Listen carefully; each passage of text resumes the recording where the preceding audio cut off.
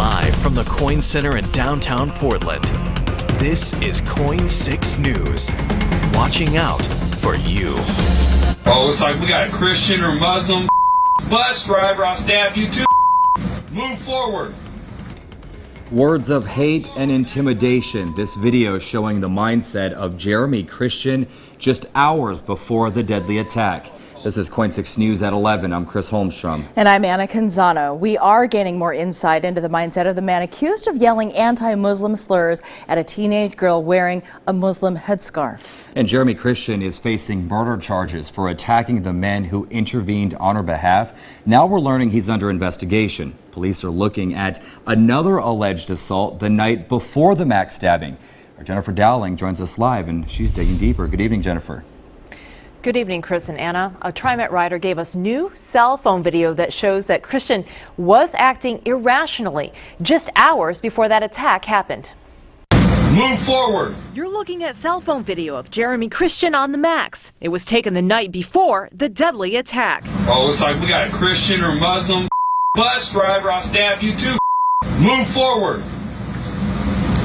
Move forward, Max driver. The woman who recorded the video says she was on the Max heading to Gresham. Christian got on the train at the Rose Quarter. He was on the cell phone. He was pretty upset, squinting his eyes, venting to his friend on the phone about some girl that just pepper sprayed him. Portland police are confirming to KOIN 6 News there was some sort of altercation even before he got on the train. A viewer sent us this audio from TriMet Dispatch. You can hear how operators are aware of Christian on the train. The female pepper made a male passenger, and the male passenger hit the female passenger with a Coke bottle in the face. Other recordings show the driver was aware of Christian throughout the ride. The passenger, who goes by KK, says she started recording shortly before he got off his cell phone.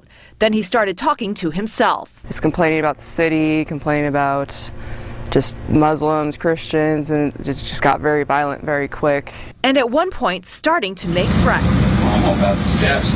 Call the police. I dare you. By the time we were at Gateway, he was, talking about wanting to stab somebody and gestured to pull something out of his pocket. Soon after, the train stopped and Christian left the train. No arrests were made. A troubling thought for this woman, knowing now what would happen next. Had somebody got up and confronted him for what he was saying, it was just, I don't know if he would have reacted or not. I'm assuming so from the way he was talking. He wanted a reaction.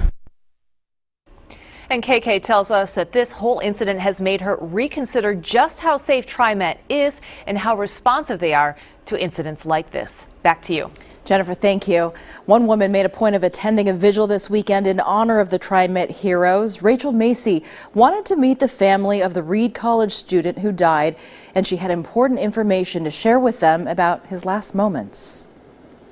It was all coming to an end. His dreams, his career in environmental consulting, his desire to start a family. But as Talisha Numkai Mehi lay dying, he had Rachel Macy by his side. I just did not want him to be alone. Rachel Macy, who, until that moment, had been a stranger. I took my shirt off and put it on him, and we held it together.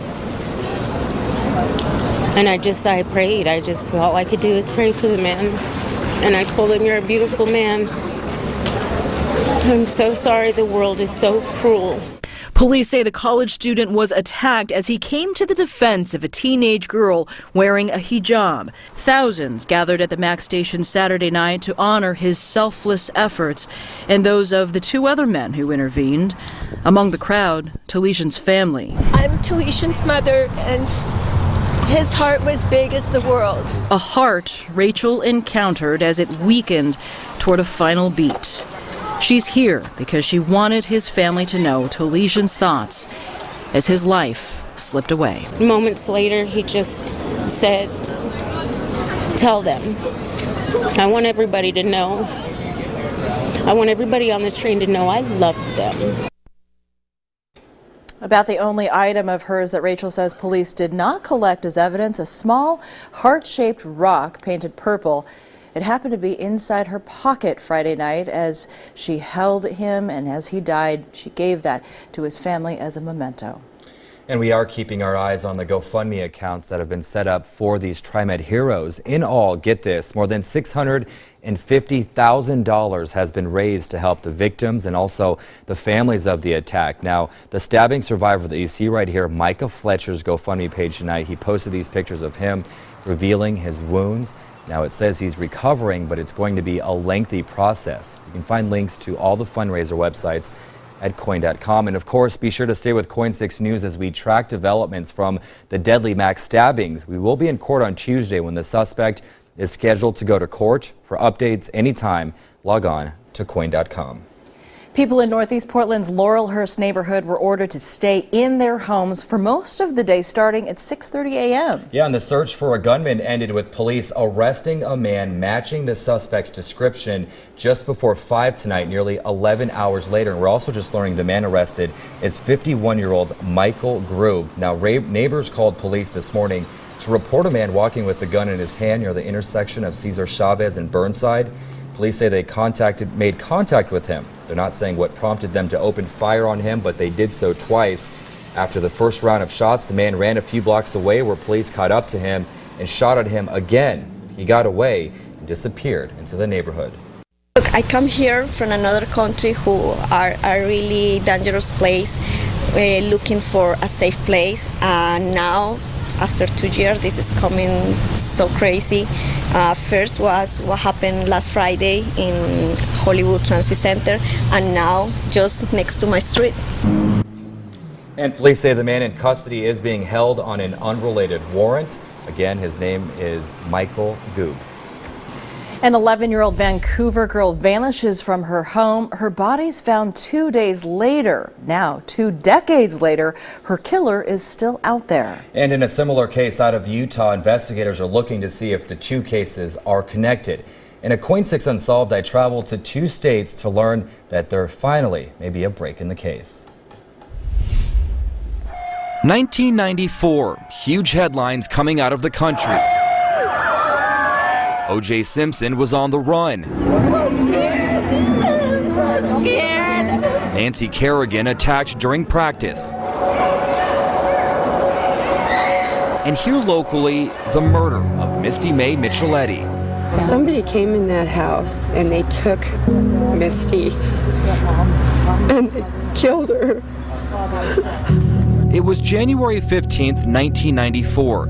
11-year-old Misty May vanishes from her Vancouver apartment.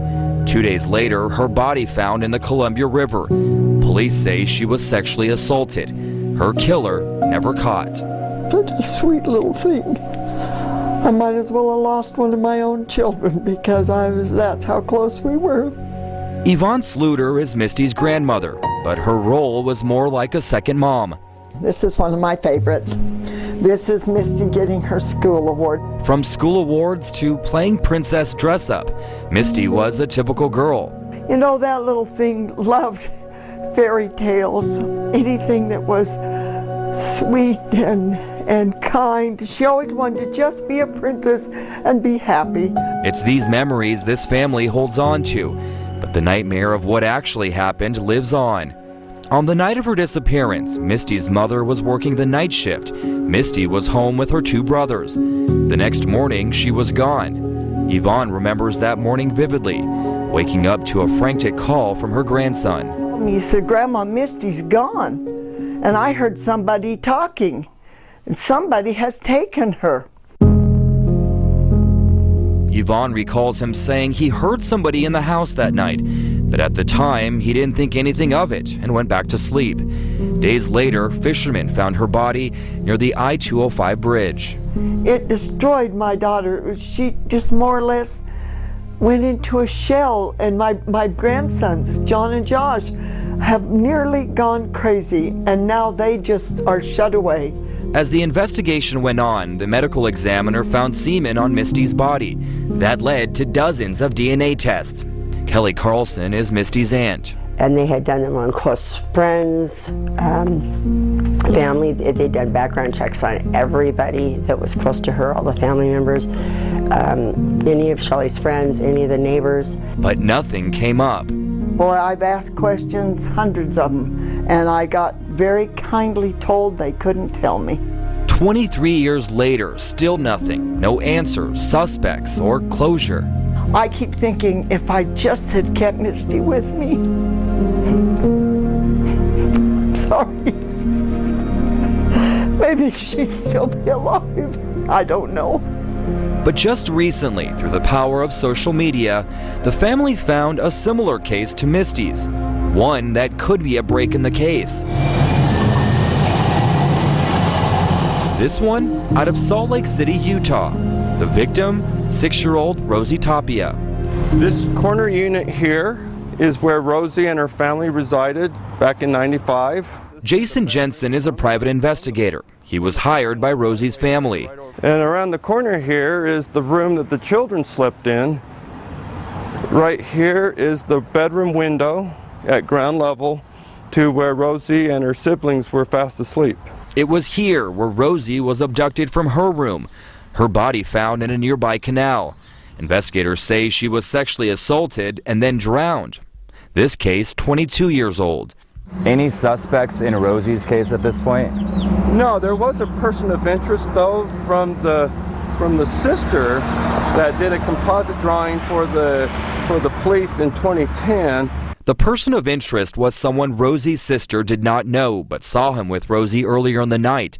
In 1995, she described him as a white man with a dark complexion, about 30 years old, 5 feet 9 inches, having a thin build. We're trying to figure out why this guy has some correlation with Rosie's case a few hours earlier, and if we can tie the same individual to Misty's case, then there must be something there. While Jensen cannot confirm if this man is connected to both killings, he says the similarities of the two cases are eerie. He thinks if someone recognizes the man in this sketch here in the Northwest, it could be a break in the case. It's enough to give this family a little hope.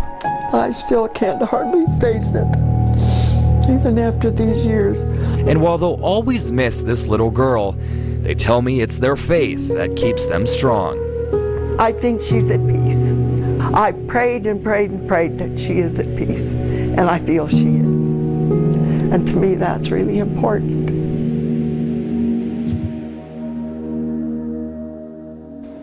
And I've been talking to this family for several weeks, such a sweet family, and you really just want justice for them. 23 years later, still nothing, you know, and for Rosie as well. They're so grateful that you're highlighting these cases. Yeah, it was a great story, but also both investigations are open, so police really can't say much about them at this time. Well, if you do have any information on Misty or Rosie's cases, you should call the Vancouver Police Tip Line. We have that information on KOIN.com. Well, still ahead on KOIN 6 News at 11, why we'll probably hear more warnings about the bacteria on our beaches this year. And a chilling interview with a suspected murderer. He's accused of killing 8 people this weekend. That's still ahead.